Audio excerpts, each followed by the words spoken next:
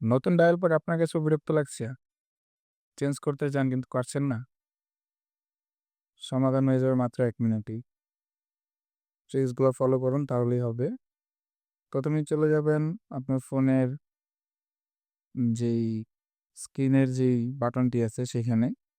এই বাটনটি ট্যাপ করে ধরে রাখুন। এখানে অ্যাপ ইনফো নামে একটি অপশন আসবে। এখানে ক্লিক করুন। এরপরে উপরে দেখেন কোনায় 3 ডট যে বাটনটা আছে এখানে ক্লিক করুন।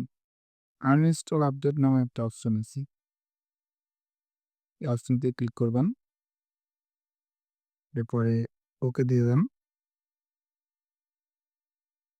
এবার দেখুন ম্যাজিক। আবার চলে যান গুগল ফোনে। দেখি সব আগের মতো হয়ে গেছে।